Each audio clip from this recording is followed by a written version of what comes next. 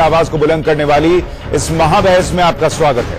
राज्यसभा के उपसभापति का चुनाव जनता के मूड का पैमाना नहीं है, फिर भी उपसभापति चुनाव 2019 के लिहाज से बहुत अहम माना जा रहा है। इस चुनाव में विपक्षी एकता का टेस्ट होना था, क्योंकि राज्यसभा में एनडीए के पास बहुमत नहीं है।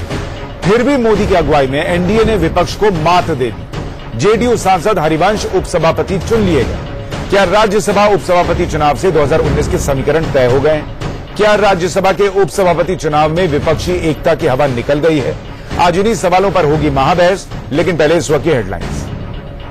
खास खबर के प्रस्तुतकर्ता हैं गजब की खुशबू, गजब का स्वाद, एमडीएच का सब्जी मसाला जो हमेशा रही याद, राष्ट्रीय पान मसाला, हम सबका फेवरेट राष्ट्रीय, पतंजलि नेचुरल हनी, पेट सफा आयुर्वेदिक चूर्ण, पेट सफा तो हर रोग दफा, मुल्तानी कुका कफ सिरप, ताकि बदलते मौसम के साथ आप न बदलें। कायाकल्प, IIL के कायाकल्प के साथ शुरू करें देश की मिट्टी को स्वस्थ बनाने का अभियान। और चने का असली स्वाद, एमडीएच चना मसाला।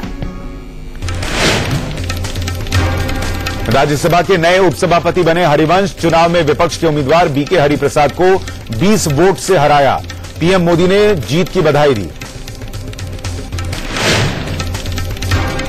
बीके हरिप्रसाद की हार पर बोली सोनिया गांधी, जीत हार चलती रहती है, हार का मतलब यह नहीं कि विपक्ष में एकता नहीं। दिल्ली के जंतर मंतर पर दलितों के प्रदर्शन में शामिल हुए राहुल गांधी, कहा 2019 में मोदी को हराएंगे और दलितों की सरकार बनाएंगे।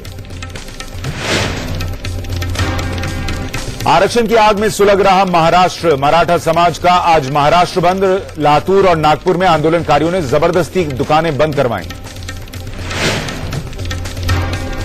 मेरठ में कांवड़ देखने को लेकर दो गुटों के बीच हिंसक झड़प, एक की मौत, कई घायल, भारी संख्या में पुलिस बल तैनात, अब तक 5 गिरफ्तार। और मुजफ्फरपुर कांड में मंत्री मंजू वर्मा के इस्तीफे के बाद विपक्ष ने मांगा मुख्यमंत्री नीतीश कुमार का इस्तीफा। सीएम पर लगाया जांच में लापरवाही बरतने का आरोप।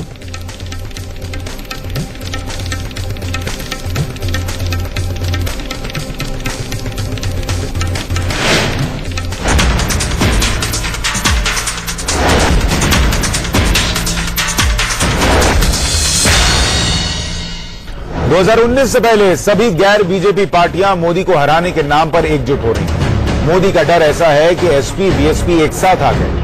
ममता बनर्जी को लेफ्ट फ्रंट से दिक्कत नहीं है, लेकिन सच्चाई यह है कि विपक्ष पूरा जोर लगाकर भी न तो मोदी को झटका दे पा रहा है और न ही पूरी तरह एकजुट हो पा रहा है। राज्यसभा में आज उपसभापति का चुनाव होना था। विपक्ष को अपनी एकजुटता साबित करने का मौका था, क्योंकि राज्यसभा में गैर एनडीए दलों का संख्याबल ज्यादा है। बीजेपी ने इस चुनाव में जेडीयू के हरिवंश को एनडीए का उम्मीदवार बनाया था। मुकाबले में कांग्रेस ने अपने सांसद बीके हरिप्रसाद को विपक्ष के साझा उम्मीदवार के तौर पर उतार दिया, लेकिन विपक्ष का खेल खराब हो गया। कांग्रेस और महागठबंधन की बातें करने वाले तमाम नेता मिलकर भी बीजेडी और टीआरएस को एनडीए के पाले में जाने से रोक नहीं पाए। मोदी का मास्टर स्ट्रोक एक बार फिर कामयाब रहा।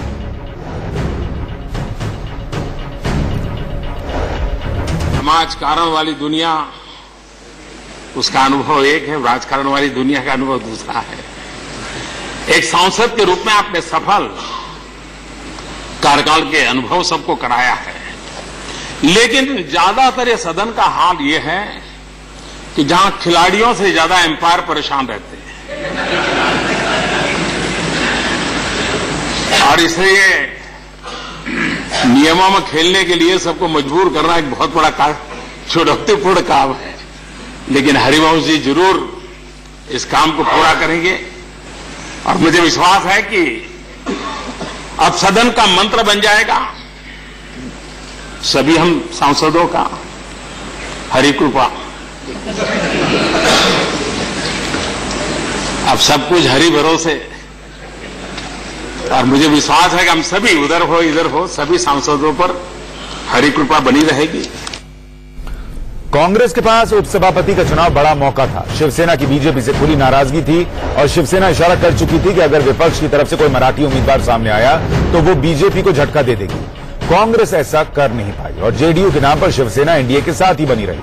बीजेडी और टीआरएस के साथ ममता बनर्जी लंबे समय से संपर्क में हैं, लेकिन वो भी उपसभापति चुनाव में दोनों पार्टियों को कांग्रेस उम्मीदवार के साथ नहीं ला पाई। आम आदमी पार्टी ने कांग्रेस के लिए दरवाजे खुले रखे थे, लेकिन कांग्रेस जाने कहां भटकती रही। जो पार्टी का फैसला कल रात को हमारे पार्टी का जो अध्यक्ष है माननीय मुख्यमंत्री श्री नवीन पटनायक जी ने भुवनेश्वर में उन्होंने घोषणा की है कि हम जेडीयू के जो उम्मीदवार हैं उनको हम समर्थन करेंगे इस चुनाव में। एनडीए उम्मीदवार नहीं, वो तो जेडीयू के उम्मीदवार हैं, तो हम जेडीयू के उम्मीदवार हरिवंश साहब को हम इस चुनाव में समर्थन देंगे, बीजेडी समर्थन देगा। राहुल गांधी जी को अरविंद केजरीवाल जी से बात करनी चाहिए। अगर उनको वोट चाहिए तो हम अपना समर्थन देंगे। अगर आपको विपक्षी एकता की कोई जरूरत है तो हम आपको समर्थन करने के लिए तैयार हैं। जो आदमी अपनी पार्टी के लिए वोट नहीं मांग सकता वो अपनी पार्टी को जिताएगा कैसे, मुझे जरा बताइए। राहुल गांधी जी जो नरेंद्र मोदी को गले लगाने से परहेज नहीं करते, उनको अरविंद केजरीवाल से फोन करके अपनी पार्टी के लिए वोट मांगने में शर्म आ रही है।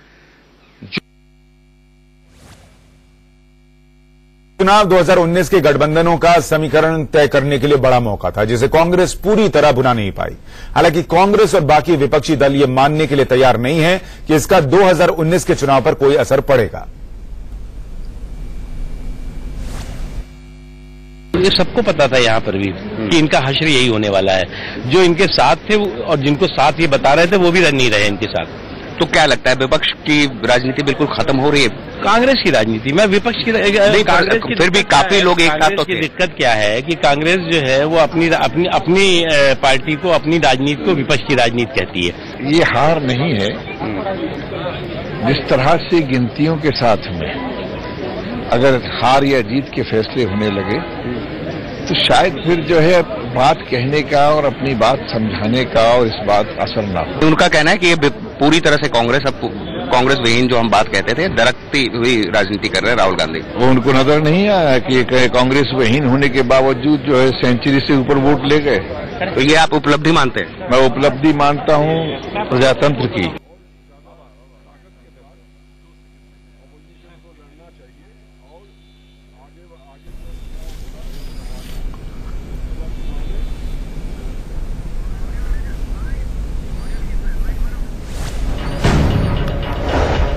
तो विपक्ष अभी भी यह मानने के लिए तैयार नहीं है कि विपक्षी एकता जो है वो एक तरीके से एक्सपोज हो गई है और विपक्ष एकजुट नहीं दिख रहा है। बीजेपी इसमें अपनी जीत मान रही है और सवाल यह है कि क्या इसका 2019 के चुनाव पर असर पड़ने वाला है और क्या इस तरीके से अगर विपक्ष एकजुट नहीं हुआ तो इसका सीधा सीधा फायदा नरेंद्र मोदी को मिलने जा रहा है। इस पर चर्चा करने के लिए हमारे साथ संजय जायसवाल जुड़ रहे हैं, लोकसभा सांसद हैं बीजेपी के। हमारे साथ अभय दुबे जुड़ रहे हैं, कांग्रेस के प्रवक्ता हैं। अजय आलोक जेडीयू के प्रवक्ता हमारे साथ हैं। संजय तटकरे एनसीपी के प्रवक्ता हमारे साथ हैं और उदयवीर सिंह समाजवादी पार्टी के प्रवक्ता हमारे साथ हैं। संजय जायसवाल साहब, पहला सवाल मेरा आपसे ही है कि क्या ये विपक्षी एकता को एक तरीके से एक्सपोज करता हुआ नतीजा है कि विपक्ष एकजुट नहीं हो पाया इतने अहम मसले पर भी और इसका फायदा आपको मिलने जा रहा है 2019 में? क्या इस लिहाज से इसको देखा जा सकता है? नहीं, मुझे तो ज्यादा अच्छा लगता कि अगर हरिवंश नारायण सिंह जी पूरी राज्यसभा के तरफ से उपसभापति चुने जाते। हरिवंश जी बहुत ही सुलझे हुए व्यक्ति हैं और उनका उपसभापति बनना अपने आप एक बहुत बड़ा संदेश होता। लेकिन कांग्रेस अपनी राजनीति से जिस तरह की वो राजनीति करती है और उसको लगता है कि वो आंकड़ों के खेल में सफल हो जाएगी, पर कांग्रेस हमेशा ही असफल रही है और आगे भी असफल रहेगी, इसमें कोई शक नहीं है। जहां तक बाकी दलों का सवाल है तो एक तरफ एनडीए का जो कैंडिडेट थे बहुत ही सुलझे हुए और माननीय नीतीश जी ने भी उनके लिए सबों से प्रयास किया। हम अपने सभी अपनों को एक मंच पर ला सके और उस दूसरी तरफ कांग्रेस तो अपने सांसदों के सारे वोट नहीं दिला सकी। जो पार्टी खुद के सांसदों को बुला नहीं सकी, हमारे यहाँ अरुण जेटली जी की आप जानते हैं रीनल ट्रांसप्लांट हुआ, उसके बावजूद वो वहां पे मौजूद थे। लेकिन कांग्रेस के तो खुद के सांसद तीन लेकिन संजय जी उपस्थित थे। लेकिन संजय जी आप भले से अपनी जीत माने, लेकिन अभी हमने बीजेडी की तरफ से जो नेता बयान दे रहे थे उनका बयान सुना कि उन्होंने जेडीयू के नाम पर वोट दिया है क्योंकि कैंडिडेट जेडीयू का था, नीतीश कुमार ने फोन किया था।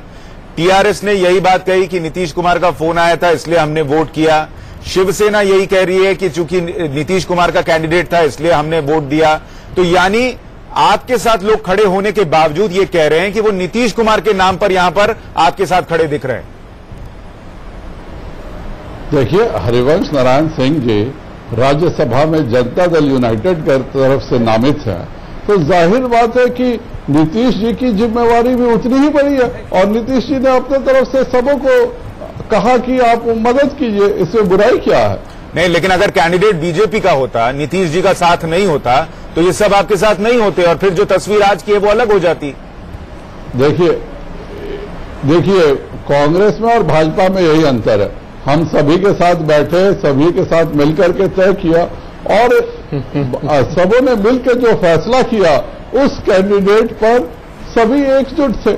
ठीक है, हमारे यहाँ फैसले सामूहिक होते हैं, वहां पे एक व्यक्ति के आदेश से फैसले होता है। अगर कांग्रेस को आज भी अगर लोभ नहीं होता तो वो किसी अपने सहयोगी, ठीक है, मैं इस पे कांग्रेस से रिएक्शन लूंगा, लेकिन पहले मैं आपसे रिएक्शन के बाद जेडीयू से एक रिएक्शन ले लूं, फिर बाकी विपक्षी पार्टियों के पास जाऊंगा। अजय आलोक जी, क्या ये सच न माना जाए कि अगर ये कैंडिडेट जेडीयू का नहीं होता और नीतीश कुमार ने जिस तरीके से पर्सनली फोन करके समर्थन मांगा वो नहीं हुआ होता, तो आज ये जीत नहीं मिली होती और जिस विपक्षी एकता के टूटने की बात हो रही है वो तस्वीर नहीं दिखती शायद?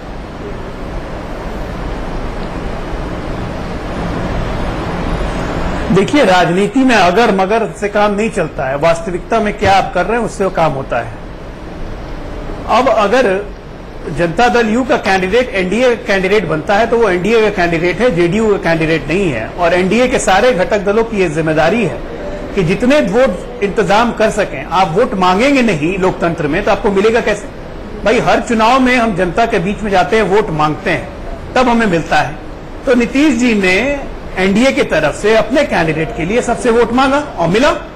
अभी आपके रिएक्शन में आप दिखा रहे थे अरविंद केजरीवाल जी की पार्टी को, खुलेआम संजय सिंह कह रहे हैं राहुल गांधी तो वोट नहीं मांग सकते अपने कैंडिडेट के लिए, तो वो जितवाएंगे कहां से? तो ये कहीं ना कहीं विपक्ष की अपरिपक्वता और विपक्ष की इनएफिशिएंसी, नाकामी और एनडीए की मजबूती का संकेत देता है, जो कि 2019 में बिल्कुल प्रभावी ढंग से लागू होगा। और मैं हमेशा से मानना था कि नीतीश कुमार और नरेंद्र मोदी जब एक साथ हों तो वो 1 और 1 2 नहीं, 1 और 1 11 होते हैं। तो अजय जी, ये मानकर चला जाए कि अगर इसको हम 2019 की तस्वीर से कंपेयर करें तो 2019 में अगर एनडीए को पूर्ण बहुमत नहीं मिला तो इसी तरीके से नीतीश जी मोदी जी के नाम पर बाकी दलों से समर्थन मांगेंगे सरकार बनाने के लिए, जरूरत पड़ी तो? आप 2019 के बाद की कहां बात कर रहे हैं? 2019 के चुनाव के पहले एनडीए का स्वरूप और बड़ा हो जाएगा।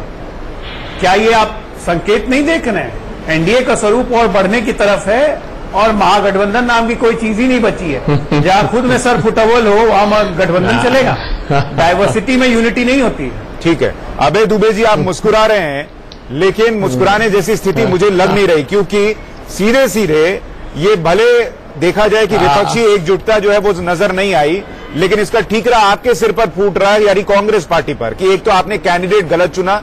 अगर आपने किसी एनसीपी या टीआरएस या किसी ऐसे कैंडिडेट को चुना होता जिसके साथ बाकी, या उड़ीसा का कोई कैंडिडेट चुन लिया होता तो शायद आपको समर्थन मिला होता और आज तस्वीर अलग होती।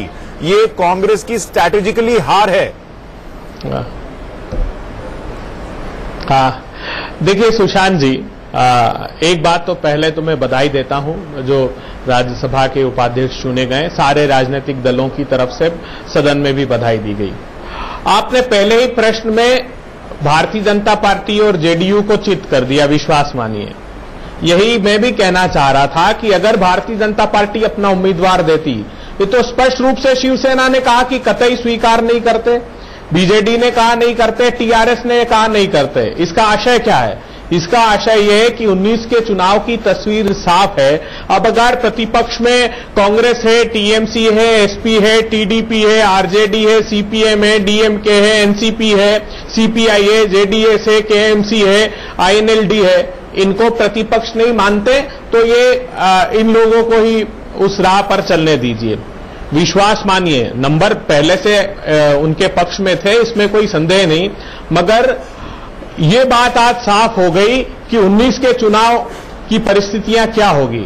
अभी हमारे आलोक जी कह रहे थे कि 19 तक और बड़ा होगा। अरे अभी तो सारे छोड़कर भागने वाले जनता दल यूनाइटेड भी टूटेगा बिहार में। बिहार की परिस्थिति देख लीजिए, महाराष्ट्र के हाल किसी से छुपे नहीं है, हरियाणा की परिस्थिति सब जानते हैं। सर आज की तारीख में राजस्थान बीजेपी हार की कगार पे तारीख में तो जेडीयू का हिस्सा है कि नीतीश कुमार फोन करके लोगों से कहते रहे कि एनडीए के उम्मीदवार के लिए वोट दीजिए। 43 है वो गिनती उंगली पर गिनने लायक सुशांत जी रह जाएंगे। नहीं, ये अप्रत्याशित परिणाम नहीं थे, समझ लीजिए। ये थे तय थे। नहीं अभय जी मुझे एक चीज बताइए, ठीक है अभय जी, देखिए अभय जी मेरा एक सवाल सुन लीजिए कि नहीं, ठीक है बीजेपी का कैंडिडेट अगर होता तो भले शायद न जीत पाता, लेकिन ये उनकी स्ट्रैटेजी की जीत है। उनको पता था मेरा कैंडिडेट नहीं जीतेगा तो उन्होंने जेडीयू का कैंडिडेट सामने रखा।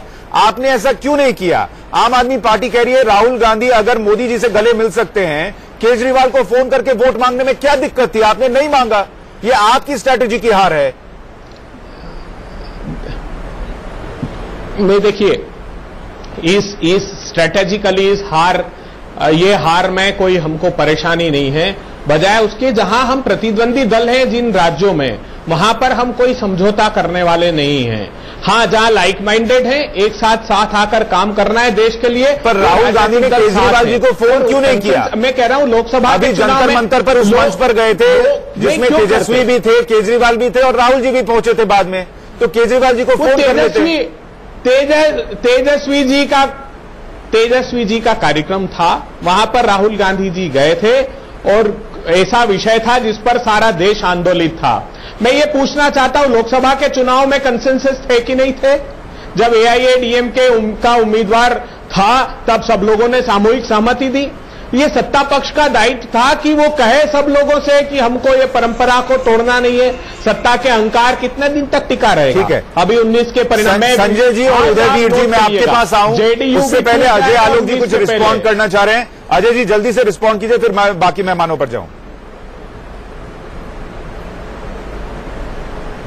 नहीं, अभय दुबे जी ने अभी कहा कि जनता दल यू टूट जाएगी, बिहार में बिखर जाएगी। कोशिश तो आपने कर ली थी साहब, शरद यादव को तोड़ के ले गए ना। तो ऐसा है कि जितने टूटने वाले थे चले गए, रखिए उनको अपने पास। ये डमी दल बनाने की जो कांग्रेस की परिपाटी है, इसी ने कांग्रेस को डुबा दिया। नहीं, परिपाटी नहीं है ये, वहां आपका जो सो कॉल्ड सुशासन है ना, वो कुशासन सामने आ गया बिहार के। आपका अहंकार आपको ले डूबेगा, आपका अहंकार आपको ले डूबेगा, दुष्कर्म अहंकार आपको ले डूबेगा। अरे जी, डालने की कुछ ये जो कांग्रेस की आदत है ना क्षेत्रीय दलों को खाने की, यही अहंकार ले डूबेगा।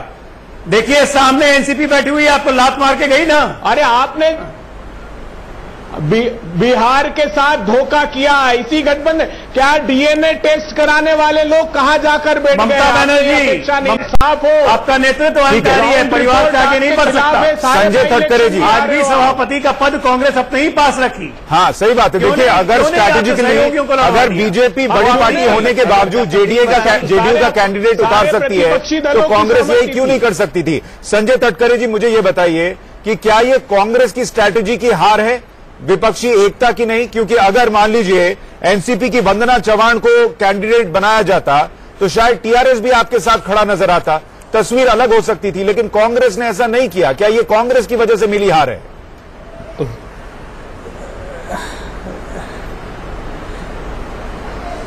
देखिए ऐसा है कि आप पूरा जो ब्लेम है वो कांग्रेस पर डालने की कोशिश कर रहे हैं। सच बात तो ये है कि ये साझा उम्मीदवार विपक्ष ने सब पार्टियों ने बैठ के तय किया हुआ उम्मीदवार था। दूसरी बात आप कह रहे हैं टीआरएस या आपका बीजेडी, ये तो कभी विपक्ष का हिस्सा थे ही नहीं।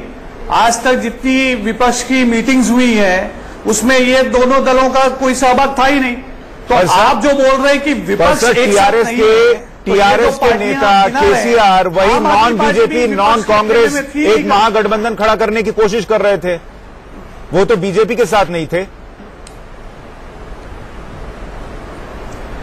देखिए ऐसा है, देखिए ऐसा है कि उनकी सरकार चल रही है, बिल्कुल ठीक कहा, बीजेडी की सरकार चल रही है ओडिशा में। सुनिए, अरे भाई सुनिए, तो उनको तो सेंट्रल गवर्नमेंट से, मोदी जी से अपने संबंध बना के रखने हैं। 2019 में क्या होता है वो देखिए। और आज जो आंकड़े हैं वो वैसे ही रहेंगे 2019 में, ये आपकी सोच गलत है। क्यों ये आंकड़े बदल जाएंगे? क्यों तब बीजेडी जो है वो बीजेपी या एनडीए के साथ खड़ी दूसरा मैं एक बात बता दूं, जो अजय आलोक जी कह रहे हैं, आलोक जी बोल रहे थे और बड़ा हो जाएगा, ये जेडीयू और एनडीए की जीत है। एक हरिवंश जी जो चुन के आए हैं उसका सुनिए, आज जो जेडीयू की जीत हुई है, अजय आलोक जी कह रहे हैं कि ये एनडीए की जीत है, जेडीयू की जीत है, तो भले ही आज जीते हैं जेडीयू, लेकिन इसका मतलब ये नहीं कि जो राक्षस राज बिहार में चल रहा है सुशासन बाबू के नेतृत्व में, वो वैसे ही चलते रहेगा। पर सर, आप जिसको राक्षस राज बता रहे हैं, उसी राक्षस राज जो आपका कथित राक्षस राज है, उसी राक्षस राज के नेता के कहने पर बीजेडी ने वोट कर दिया, उसी राक्षस राज के नेता के कहने पर टीआरएस ने वोट कर दिया।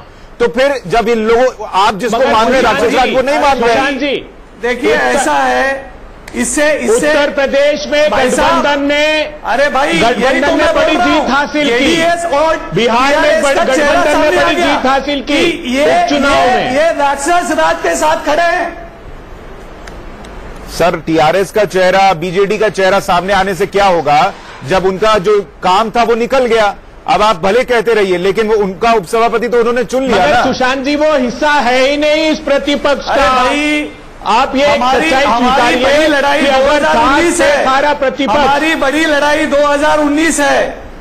ठीक है, उदयवीर सिंह जी, आपका रिएक्शन, क्या ये विपक्ष की हार है, क्या ये स्ट्रैटेजी की हार है? राज्य में मुंबई के दंगे हुए, सुशांत जी एक मिनट, सुशांत जी एक मिनट। अच्छा उदयवीर जी, उनको बोलने दीजिए, फिर आपके पास आता हूं। जरा याद दिला दूं, हाँ बोलिए। राज्य में मुंबई के दंगे हुए, मुंबई बॉम्ब ब्लास्ट हुए, जिस देखिए ऐसा है, मुंबई में दंगे हुए, मुंबई बॉम्ब ब्लास्ट हुए, क्यों हल्ला कर रहे हैं भाई? सुन लीजिए, मुख्यमंत्री पे दाऊद इब्राहिम से संबंध रखते हैं, सुन लीजिए, मुंबई बॉम्ब राक्षस राज की, वो हमें राक्षस राज के ज्ञान दे रहा है। शाबाश।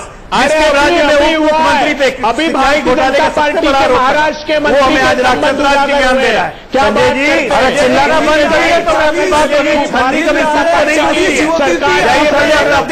नेताओं को धिक्के दिए। सुशांत जी क्या हो रहा है? परिवारवासी छाप लगे, सुशांत जी हमें ज्ञान दे रहे हैं।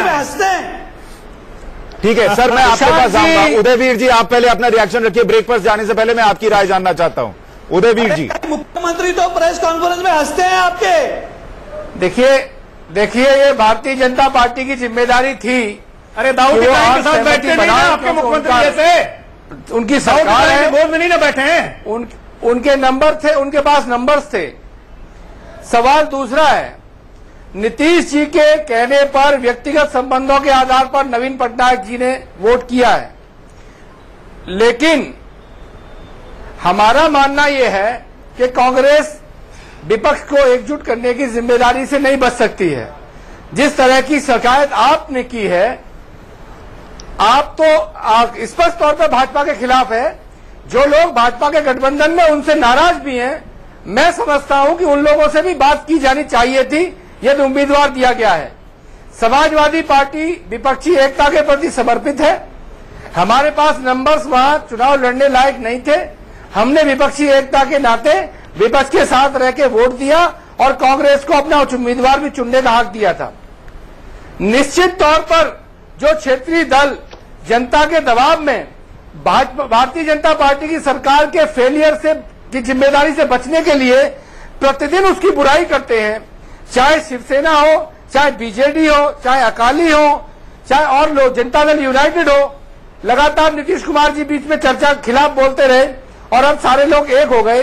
तो इस चुनाव से ये लोग जनता के बीच में जरूर एक्सपोज हो गए। उदयवीर जी, मुझे एक बात बताइए, उदयवीर जी, अगर कैंडिडेट कांग्रेस का था और आप सब ने, एनसीपी के प्रवक्ता ने भी कहा कि हमने उनको सबने मिलकर कांग्रेस का नेता चुना था और कैंडिडेट चुना था, तो जैसे जेडीयू का कैंडिडेट होने पर नीतीश कुमार जी ने अपने व्यक्तिगत संबंधों का इस्तेमाल किया और लोगों से कहा कि आप आइए वोट कीजिए, वैसे ही कांग्रेस ने ऐसा क्यों नहीं किया? आम आदमी पार्टी कह रही है हम वोट करने के लिए तैयार थे, राहुल गांधी ने एक फोन नहीं किया।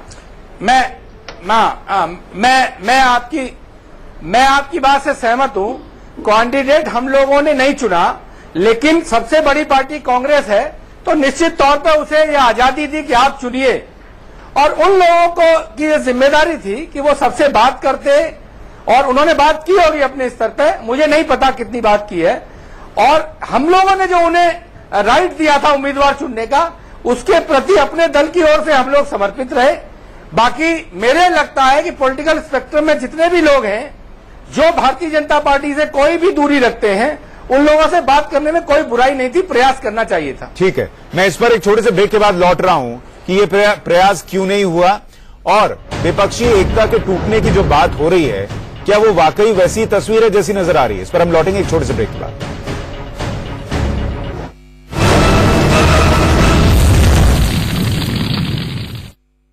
कार का इंश्योरेंस करवाएंगे लेकिन लाइफ का नहीं करवाएंगे। लेकिन एनडीए की जीत और विपक्षी एकता की हार को लेकर कई सवाल खड़े होंगे और इस नतीजे के क्या मायने हैं 2019 के चुनाव के लिहाज से, हम इसको भी समझने की कोशिश कर रहे हैं। आज महाबहस में चर्चा के लिए हमारे साथ बीजेपी से संजय जायसवाल है, अभय दुबे कांग्रेस से, अजय आलोक जेडीयू से, संजय तटकरे एनसीपी से और उदयवीर सिंह समाजवादी पार्टी से हैं। अभय जी, ब्रेक पर जाने से पहले आपने उदयवीर सिंह जी को भी सुना होगा। सवाल यह है, जो आप पर आरोप अजय आलोक जी लगा रहे थे कि कांग्रेस पार्टी जो है वो क्षेत्रीय पार्टियों को खाने की कोशिश करती है। क्या जब आप पर जिम्मेदारी सौंपी गई कि एक कैंडिडेट चुनिए, तो बड़ी पार्टी होने के नाते आपने भी वही स्ट्रैटेजी क्यों नहीं अपनाई जो बीजेपी ने अपनाई कि जो जीतने वाला कैंडिडेट लगे, जिसके जरिए बाकी लोगों को जोड़ा जा सके, जो की फैक्टर्स थे, उनको क्यों नहीं चुना गया? हाँ, देखिए सुशांत जी, ये तो कंसेंसस का फैसला था, ऐसा नहीं कि कांग्रेस पार्टी ने अकेले ये फैसला लिया। मगर मैं कतई मानता नहीं कि ये 2019 के चुनाव का कोई रिफ्लेक्शन है। मुझको ये बताइए कि उत्तर प्रदेश में आरएलडी, बीएसपी, एसपी, कांग्रेस क्या परिस्थितियां बनी? गोरखपुर, फूलपुर, यहां तक कि मुख्यमंत्री के खुद के मंदिर के वोट भी उनकी पार्टी को नहीं मिले। ये बिहार से आते हैं आलोक जी, यहां क्या हुआ बताइए? अररिया, जहानाबाद, क्या कौन था वहां? ये सारे दल नहीं थे। कांग्रेस आरजेडी मिलकर जब चुनाव लड़ी तो इनकी जमीन साफ हो गई।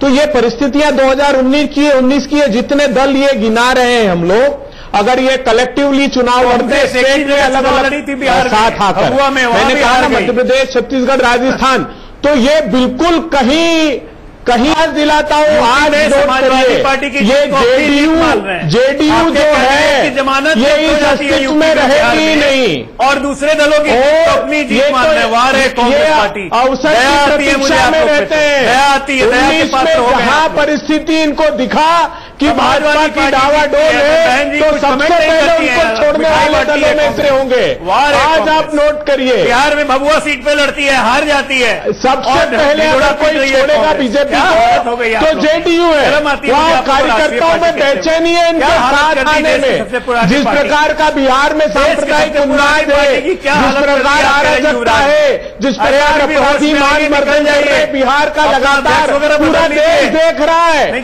पूरे देश के सामने सच्चाई आ गई आपके जब से भारतीय जनता पार्टी के साथ आए हैं। थोड़ा सा बहस को लाते हैं मुद्दे पर। घोटाला छुपाने के लिए संजय जायसवाल जी, अभय दुबे जी जो कह रहे हैं, अगर उसको 2019 के पर्सपेक्टिव में देखिए तो उत्तर प्रदेश में जो आपको नुकसान पहुंचाने वाला गठबंधन है वो तो कायम है। सपा, बसपा, कांग्रेस ये सब एक साथ ही हैं।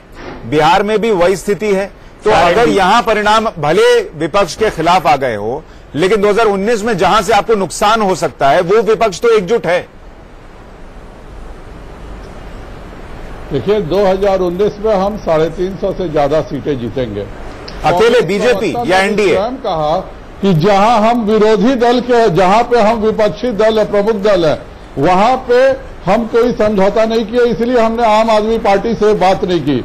तो कांग्रेस तो खुद ही मान रही है कि दिल्ली के अलावा वो पूरे हिंदुस्तान से खत्म हो चुकी है।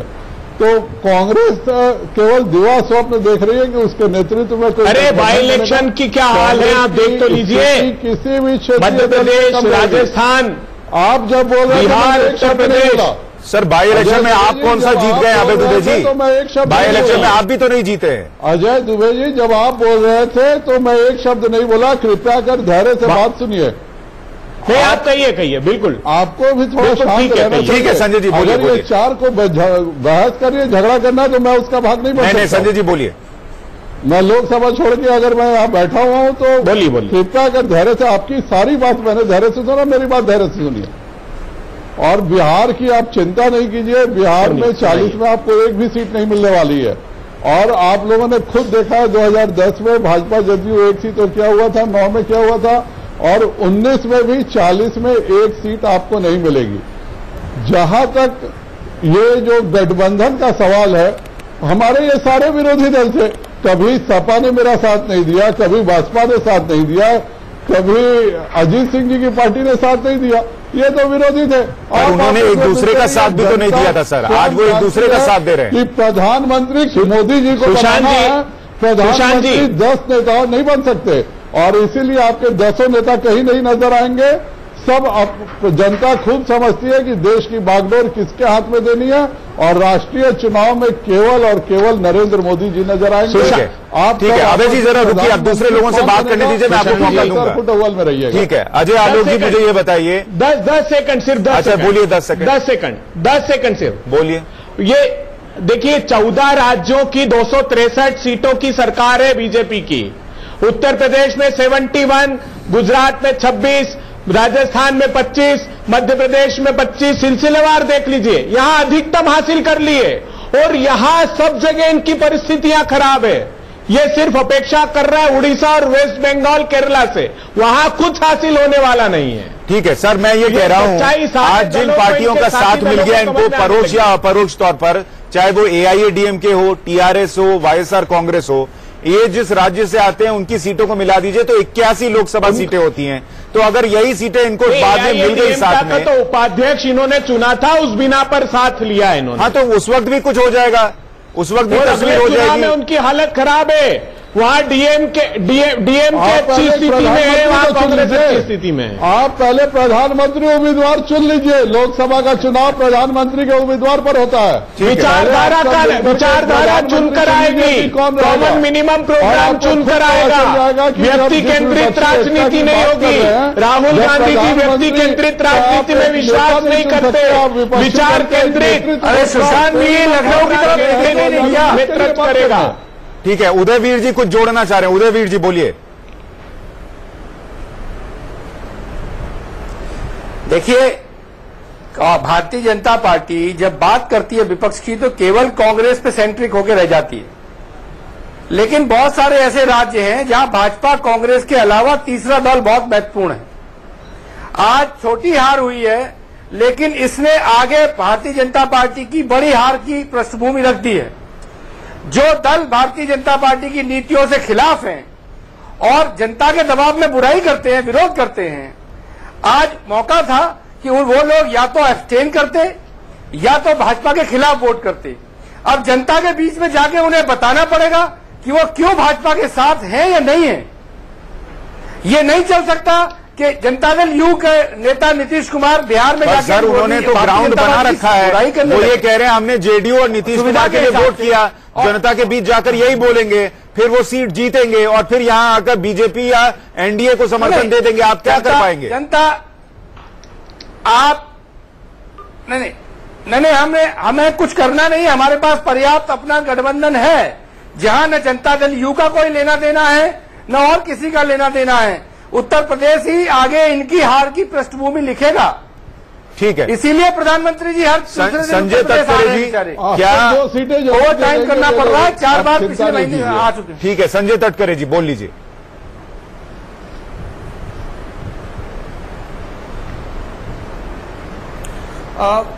जसवाल जी जो बोल रहे थे कि लोकसभा इलेक्शन में अपोजिशन ने अपना नेता तय करना है, आप जायसवाल जी आप सुनिए, कर्नाटक में आपने नेता चुना था येडियुरप्पा जी, और उसका पूरा इलेक्शन कैंपेन का जो चेहरा था वो मोदी जी थे।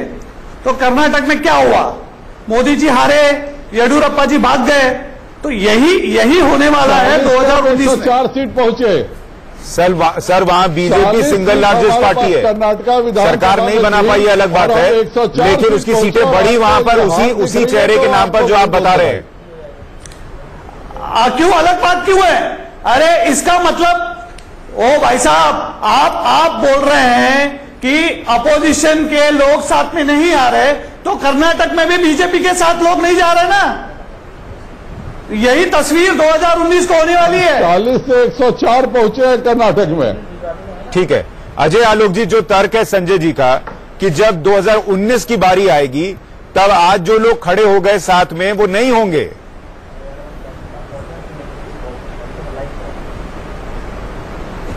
सुशांत जी, बड़ा हास्यास्पद राजनीतिक परिस्थिति में देश चल रहा है, जहां इस देश की प्रमुख विपक्षी पार्टी जो 70 वर्ष तक सत्ता में रही, आज बड़ी जोर जोर से छाती पीट पीट के कहती है इनकी हालत वहां खराब है, इनकी हालत वहां खराब है, इनकी हालत वहां खराब है, लेकिन एक बार भी ये नहीं कह पाती है कि हमारी हालत कहां अच्छी है। अरे कांग्रेस कहां बची है बताइए ना। सुपड़ा पे सुपड़ा साफ होते जा रहा है, दूसरों की बर्बादी पे ज्यादा बर्बादी हमारे आलोक जी क्या बात करते हैं। ये राजनीति मुझे दया आती है कांग्रेस पार्टी में, मुंह की खाई। अरे दया आती है कांग्रेस पार्टी पे, क्या हाल कर लिया आप लोगों ने। वहां मजबूत पार्टी होती थी, राहुल गांधी के नेतृत्व में कहां से कहां पहुंच गए आप। 2019 के सपने देख रहे हैं। अरे आज भी है प्रधानमंत्री, आज भी मैं पूछ रहा हूं यहाँ पे मजबूत पार्टी, मजबूत विचारों के साथ प्रधानमंत्री उनको हम समझौता बोलने नहीं दीजिए, फिर मैं आपको वक्त दूंगा। अभय जी आपको वक्त दूंगा रिस्पॉन्ड करने का, उनको बोलने कहां गई जब डिस्ट्रक्शन। आप लोग बिल्कुल भस्मासुर मोदी जी को जिसके पास जाएंगे वो जल जाएगा। उनके नेतृत्व के खिलाफ कैसे बर्बाद हो गए। डीएमके के साथ गठबंधन, डीएमके बर्बाद, काले चोर की तरह अखिलेश के साथ गठबंधन, अखिलेश बर्बाद। अरे छोड़ा किसी को, कम्युनिस्टों के साथ गठबंधन किया, वेस्ट बंगाल में कम्युनिस्ट पार्टी खत्म हो गई। तो जिसके साथ कांग्रेस का गठबंधन हो रहा है, खत्म हो रही, हम तो बच गए। आपने लेकिन आप लोगों की क्या हालत हो गई है कांग्रेस पार्टी। अजय आलोक जी मेरा सवाल ये था, अजय आलोक जी कांग्रेस भले बर्बाद हो रही हो, लेकिन जो दल आज एनडीए के साथ खड़े हो गए वो 2019 में खड़े होंगे, इसकी क्या गारंटी है। क्या फॉर्मूला है, जो भी गाड़ी पहले आ जाए उसी में बैठ जाओ। अरे सुशांत जी से पूछिए, सुशांत जी एक बार अजय आलोक जी से पूछिए कि क्या बीजेपी आकर के बिहार में इनको चुनाव जिताएगी।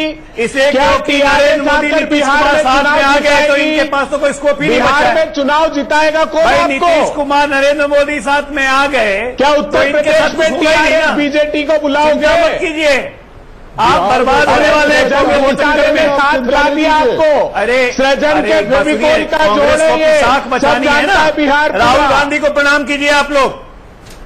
राहुल गांधी जब तक है, मोदी जी को नीतीश जी को कोई लड़ाई नहीं होगी। अगर कांग्रेस को वजूद बचाना है राहुल गांधी को प्रणाम कीजिए आप लोग। वो कह रहे हैं राहुल गांधी जब तक है लीजिए तभी कांग्रेस बचेगी। कांग्रेस का वजूद हिंदुस्तान के वजूद के साथ जुड़ा है। जब तक पूर्व से सूर्य उदय होगा कांग्रेस और हिंदुस्तान बर्बाद कर दिया का उदय होते रहेगा। नेहरू की आत्मा रोती होगी, लाल बहादुर शास्त्री की आत्मा रोती होगी। से जुड़े पार्टी को कहां से कहां ले आए। घोटाला आज तो तैयारी करिए 19 के बाद। अभय दुबे जी मुझे ये बताइए, कांग्रेसियों की आत्मा रोती होगी राहुल गांधी को देख के। अभय दुबे जी आप जो भी कह रहे हैं, लेकिन बीजेपी इस परिणाम को लेकर लोगों के बीच जाएगी। क्या निर्णय अभय दुबे जी बीजेपी इस परिणाम को लेकर लोगों के बीच जाएगी और कहेगी कि आप जिस विपक्षी एकता के लिए वोट देने जा रहे हैं वो तो एक साथ खड़े ही नहीं हो पा रहे, और लोगों को लगेगा कि ये तो सच है, वहां तो एक साथ नहीं खड़े हुए ये, फिर आप क्या करेंगे। हाँ बिल्कुल ठीक सुशांत जी, मैं तो सुझाव देता हूं कि भारतीय जनता पार्टी और नीतीश कुमार ये टीआरएस और बीजेडी को उत्तर प्रदेश में ले जाकर अलायंस कर ले, टीआरएस और बीजेडी को ले जाकर जब बिहार में अलायंस करें ना। वहां की परिस्थितियां अलग है सुशांत जी, इनकी जमीन खसक गई, विश्वास मानिए। अभी 3 राज्यों के परिणाम इनको इनकी हैसियत का अंदाजा करा देंगे। मध्य प्रदेश, छत्तीसगढ़, राजस्थान तीनों हार गए ये चुनाव, और इसी के बाद पराभव प्रारंभ हो जाएगा। और सबसे पहला दल जो टूटेगा वो ये होगा जेडीयू। उसके बाद रामविलास पासवान जी की पार्टी अलग होने की तैयारी में। पर सर मध्य प्रदेश में तो आपका मुखपत्र नेशनल हेराल्ड कह रहा है कि आप लोग हार रहे हैं। आप कह रहे हैं बीजेपी की हालत खराब है, नेशनल हेराल्ड कह रहा है आप हारने वाले हैं। कंफ्यूजन दूर हो जाएगा, आने दीजिए 2000 अभी राजस्थान और मध्य प्रदेश 11 जिलों में चुनाव हुए लोकल बॉडी के, बीजेपी साफ हो गई। परसों के चुनाव के परिणाम है ये, विश्वास मानिए। सारे बाई इलेक्शन लोकल बॉडी हार रही है, विधानसभा के उपचुनाव हार रही है। वो तमिलनाडु की किसी एजेंसी का सर्वे जिसका मध्य प्रदेश से सरोकार ही नहीं है। ठीक है संजय जी एक आखिरी रिएक्शन दीजिए, क्या मध्य प्रदेश, राजस्थान और छत्तीसगढ़ के चुनाव 2019 के पहले इस विपक्ष को वो मोमेंटम दे देंगे जिसकी जरूरत उसे है एनडीए या नरेंद्र मोदी के खिलाफ खड़े होने के लिए?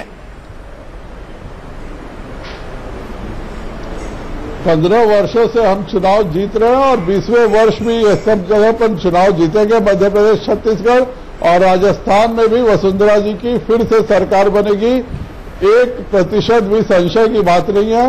भारतीय जनता पार्टी के कार्यकर्ताओं का स्तर दूसरा है। कांग्रेस के आपस में ही झगड़े करते रहती है और कांग्रेस जमीन पर नहीं है, ये टीवी चैनलों पर है और एक परिवार पर है। देश के कार्यकर्ताओं में कांग्रेस कहीं नहीं है। ठीक है, बहुत शुक्रिया सर आप सभी मेहमानों का इस चर्चा में जुड़ने के लिए। कांग्रेस कहां है नहीं है ये 2019 में तय हो जाएगा, लेकिन फिलहाल विपक्ष का कैंडिडेट उस कुर्सी पर नहीं है जहां उसे होने के लिए उम्मीदें लगाई जा रही थी। एनडीए के उम्मीदवार ने राज्यसभा उपसभापति पद का चुनाव जीत लिया। 2019 के लिए क्या मायने होंगे ये वक्त तय करेगा। महाबहस में आज के लिए इतना ही। नमस्कार।